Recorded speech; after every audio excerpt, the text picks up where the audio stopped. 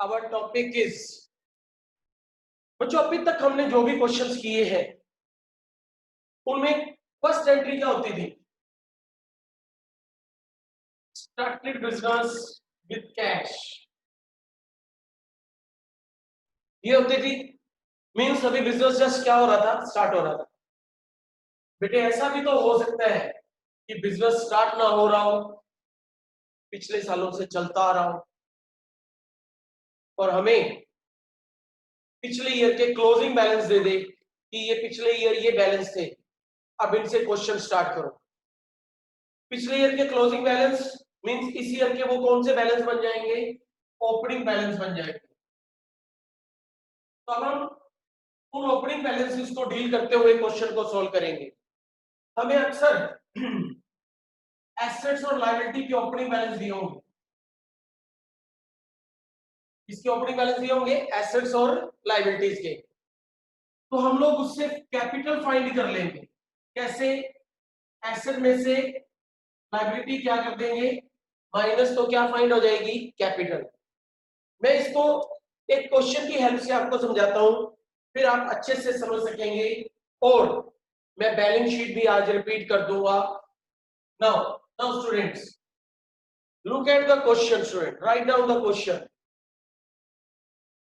Following are the balances. Following are the balances. Cash 6 lakh, stock 2 lakh, bank balance 1 lakh, furniture 2 lakh, creditors 1 lakh. Cash 6 lakh, stock 2 lakh, bank 1 lakh, furniture 2 lakh, creditors 1 lakh. Second entry लिखेंगे, goods costing 40,000 sold for 60,000. 40,000 की goods 60,000 में बेच दी। Third entry, loan taken from bank ₹2 lakh, loan taken from bank ₹2 lakh.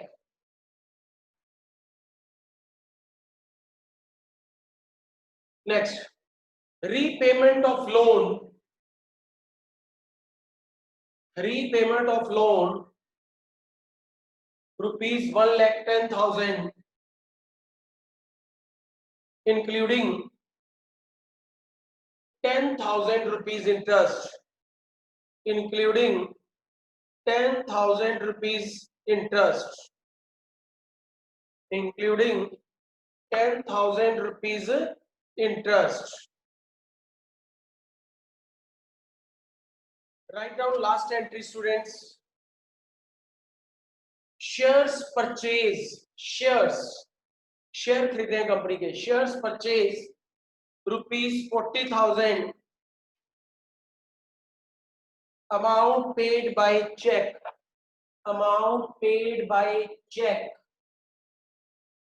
हमने cheque से amount pay की है। Prepare accounting equation and also prepare balance sheet. Now I will prepare the balance sheet also.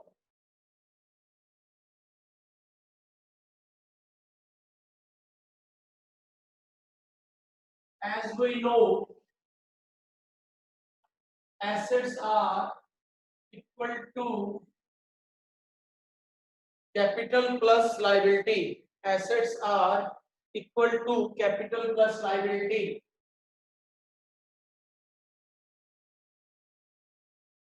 Cash,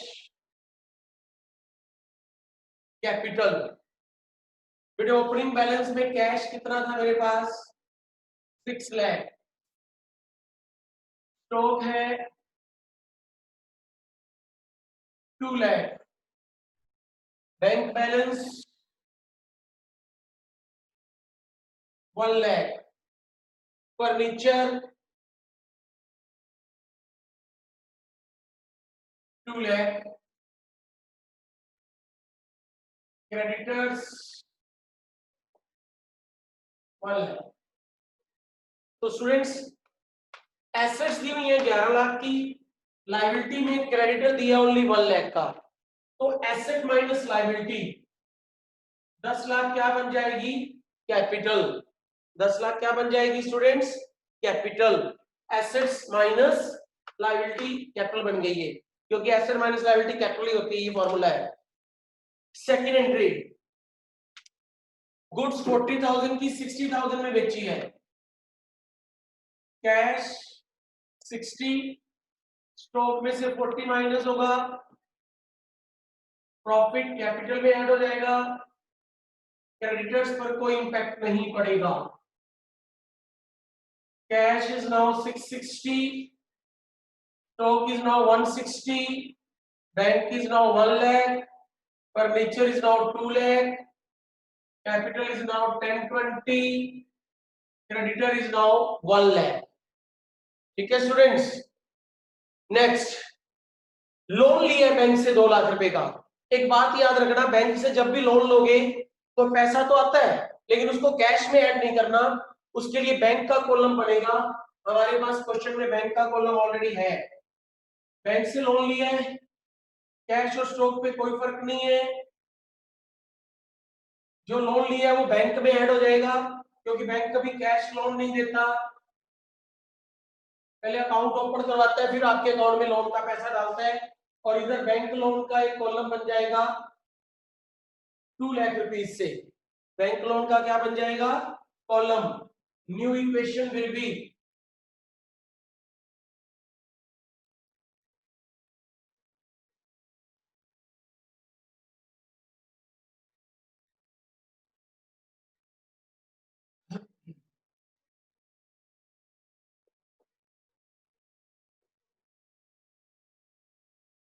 ठीक है, ये equation बन गई।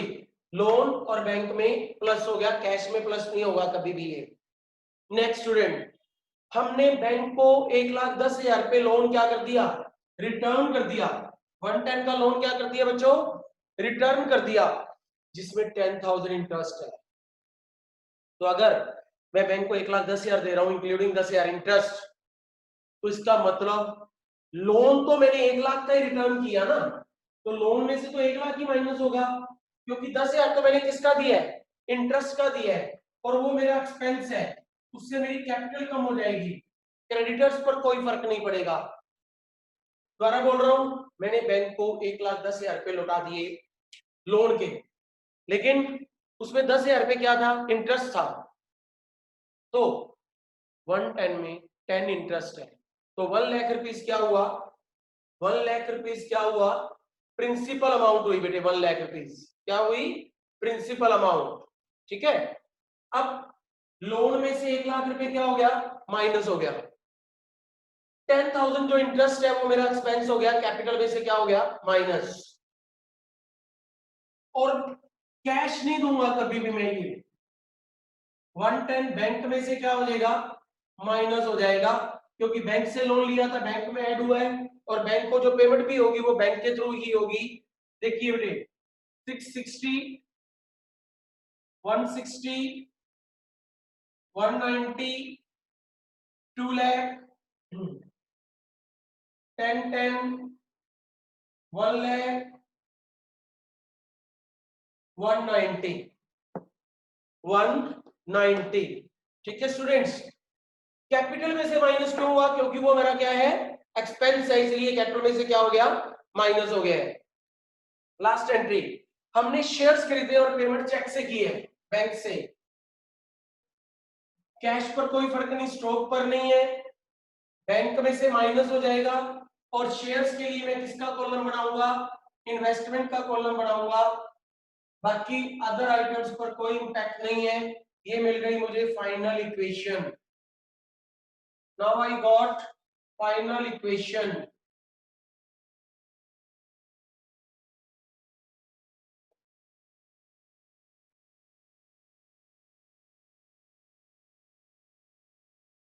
ठीक है students, now I got final equation. तो ये था जब हमें ओपनिंग बैलेंस दिए हो, ओपनिंग बैलेंस लिख के डिफरेंस कैपिटल में, अगर कैपिटल दे देता तो डिफरेंस लायबिलिटी में डाल देते क्रेडिटर में। फिर लोन वाली एंट्री न्यू है, बैंक में ऐड और लायबिलिटी में कॉलम। फिर लोन 1,10,000 रिटर्न किया था जिसमें 10,000 इंटरेस्ट की अमाउंट थी, लोन में से 1 लाख माइनस किया क्योंकि लोन तो 1 लाख ही जा रहा है, 10,000 तो मैं इंटरेस्ट दे रहा हूं, मेरा एक्सपेंस है, कैपिटल में से माइनस। बैंक बैलेंस कितना रिड्यूस होगा, 110 रिड्यूस होगा। लोन लिया है तो पैसा बैंक में आएगा, बैंक को लोन रीपे करोगे तो बैंक से पैसा जाएगा। शेयर्स खरीदे हैं, बैंक के थ्रू पेमेंट की है, बैंक में से माइनस और अदर हैंड इन्वेस्टमेंट में चला जाएगा। हमारा ये क्वेश्चन क्या हो गया, कंप्लीट हो गया students. Yes students, our topic is balance sheet. This is the format of balance sheet. As at, जिस डेट की आप बैलेंस शीट बनाने जा रहे हो वो डेट मेंशन होगी एज एट में। This is liability side and this is asset side. Here particular amount. ठीक है students, we have cash balance 160, reverse हो गया, लेफ्ट वाली चीजें राइट में चली गई, राइट वाली लेफ्ट में चली गई। Stock 160, bank 140, furniture 2 lakh, investment 50,000, capital 10,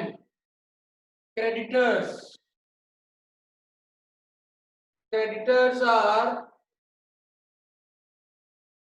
1 lakh, creditors 1 lakh ही थे, and loan, what was the amount of loan, 2 lakh minus, बेटे दोनों साइड्स का टोटल क्या आ जाएगा, 1210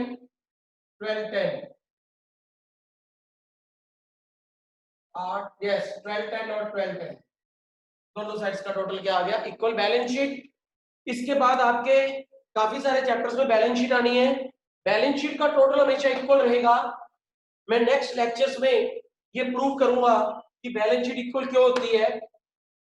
ये चीजें नेक्स्ट लेक्चर्स में जब मैं कॉन्सेप्ट्स पे बात करूंगा तब आपको बताऊंगा कि बैलेंस शीट की दोनों साइड्स इक्वल क्यों होती हैं। तो स्टूडेंट्स, ये था आज का टॉपिक मेरी ओर से, जब ओपनिंग बैलेंसेस दिए हुए होते हैं। ये क्वेश्चंस मैंने किसी पर्टिकुलर बुक में से नहीं बोले हैं, मैंने डीके और टीएस के क्वेश्चंस को कंबाइन करके बोले हैं, तो आप इस क्वेश्चन को जरूर प्रैक्टिस करेंगे। मैंने इस चैप्टर को जो करवाया है वो डीके और टीएस की टर्म्स को उठा करके ही करवाया है, तो आप लोग दोनों बुक्स में से आप प्रैक्टिस कर सकते हैं students. So that's all for today's topic.